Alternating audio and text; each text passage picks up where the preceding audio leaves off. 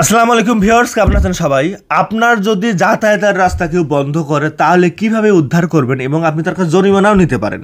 এটা হাস্যকর মনে হলে সত্য। যদি সে আপনার বাড়ি ঢোকার রাস্তা, মার্কেটে ঢোকার রাস্তা, ব্যবসায় প্রতিষ্ঠানে যাওয়ার রাস্তা, মসজিদে যাওয়ার রাস্তা যদি সে বন্ধ করে, আপনি তো তাকে আইনের আওতায় আনতে পারবেন, ওই অবস্ট্যাকল সরাতে পারবেন, তার সাথে সাথে তার কাছে আর্থিক জরিমানাও নিতে পারবেন আপনার ক্ষতির জন্য। তো সমস্ত কিছু আইনগতভাবে আমরা ব্যাখ্যা করব।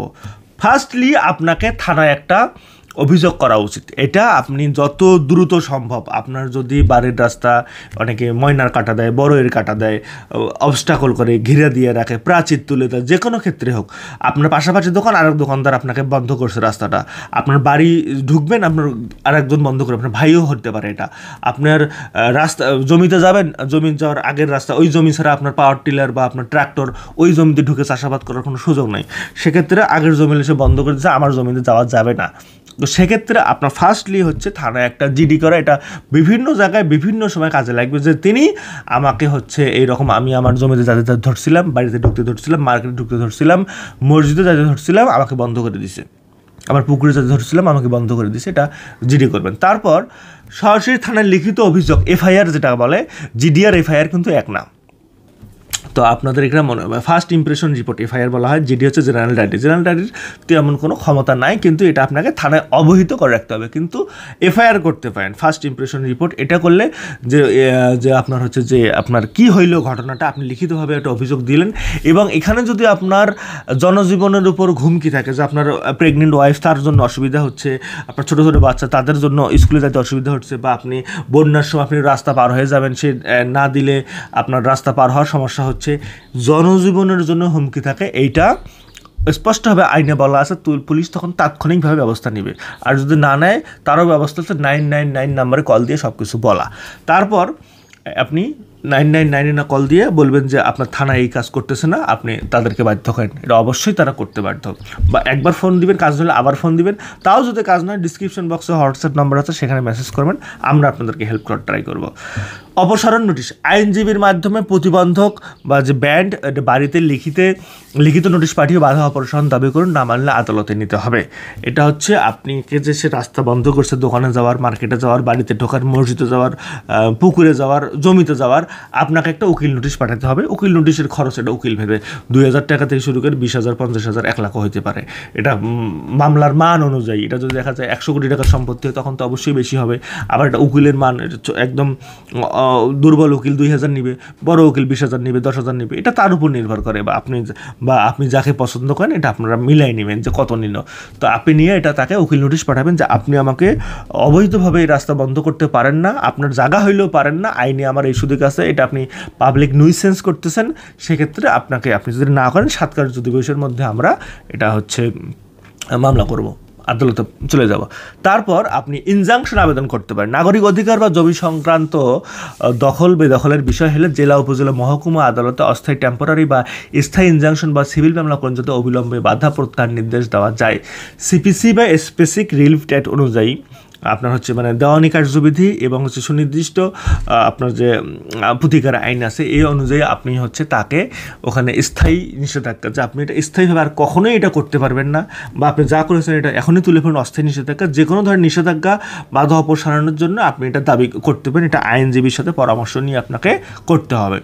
তারপর ক্রিমিনাল তদবির, যদি বাধা ব্যবস্থাপন করে বা অপরাধ বা হুমকি সৃষ্টি করে থাকে, তাহলে দণ্ডবিধির ক্রিমিনাল ট্রেসপাস বা অবস্ট্রাকশন ইন পাবলিক ওয়ে ধারায় দায়ের করা যেতে পারে। যদি সে বাধা স্থাপন করে, অপরাধ সৃষ্টি করে, হত্যার হুমকি দেয়, এগুলো বিভিন্ন করে মারামারি হুমকি দেয়, মারামারি বাঁচতেছে এমন ঘটনা, সেক্ষেত্রে আপনি হচ্ছে অবস্ট্রাকশন ইন পাবলিক বা ক্রিমিনাল ট্রেসপাস এই ধরনের ফৌজদারি মামলা আপনি দাবি করতে পারেন। এগুলি সঙ্গে সঙ্গে ওয়ারেন্ট হয়ে যাবে, জেলের ভিতর চলে যাবে, পরে আপনাকে আপোষের সত্ত্বে জামিন দিবে, আপনাকে রাস্তা খুলে দিবে, পরে না খুলে দিবে ম্যাজিস্ট্রেট। যদি না খুলে দেয় আপনার রাস্তা, তাকে সে বের হতে পারবে না।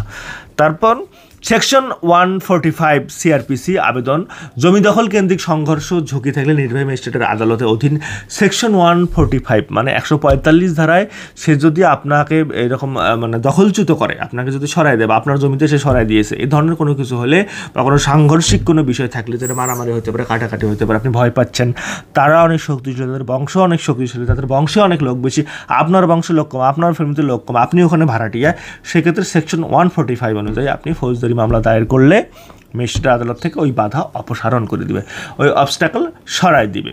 পাবলিক নুইসেন্স অপসারণ, স্থানীয় ম্যাজিস্ট্রেটকে জননির্ভর পথ সুবিধা বাধাগ্রস্ত হলে রিমুভ নুইসেন্স কমান্ডসে আবেদন করা যায়। ম্যাজিস্ট্রেটের বিশেষ ক্ষমতা আছে, আপনার যে জায়গায় ঝামেলা সেই জায়গার যে ম্যাজিস্ট্রেট সাহেব আছে কোর্টে আদালতে, সেখানে গিয়ে তার যে স্পেশাল কমান্ড আছে যে আপনি আমাকে রিমুভ নুইসেন্স করে দেন, আমি এটা ঝামেলা করতেছে, তারা কলহ প্রিয় লোক, তারা ঝামেলাবাজ, তারা দাঙ্গাবাজ প্রিয় লোক, তাদেরকে এখানে হচ্ছে আমার বাড়িতে যাওয়ার, এটা মানুষ সবাই বুঝবে, মানুষের তো বিবেক আছে যে আপনার বাড়িতে ঢোকার রাস্তা, আপনার ব্যবসায় যাওয়ার রাস্তা, পুকুরে যাওয়ার রাস্তা, আপনার গোসল করার রাস্তা মানুষ বন্ধ করে ফেলছে, আপনার জমিতে ঢোকার রাস্তা।